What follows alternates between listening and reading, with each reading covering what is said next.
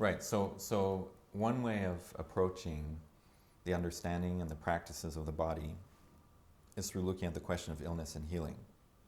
And this is, so in medical anthropology, ethnomedicine, so this is one approach to looking at how people, how do they experience illness and disease, how do they, and then what are the indigenous methods of explaining them and dealing with them.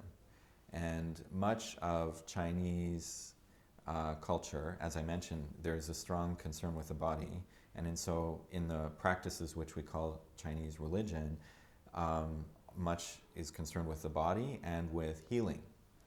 But within that concern, there's quite a large range, a wide range of different explanations and practices which attempt to deal with the experience of illness and suffering and misfortune. And so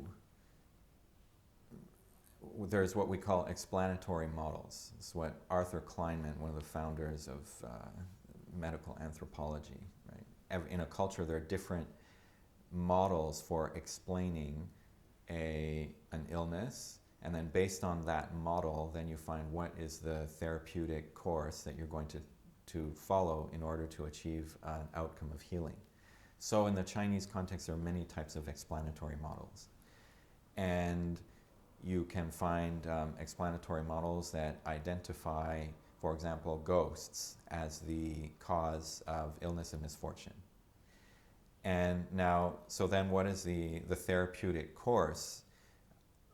If you find this, if this is identified as, if ghost is identified as the cause of the problem, well then why is the issue is these ghosts, how do you, now they are unhappy, they are envious, because they are not being the object of worship as ancestors, because they've been ignored by the living, and so on.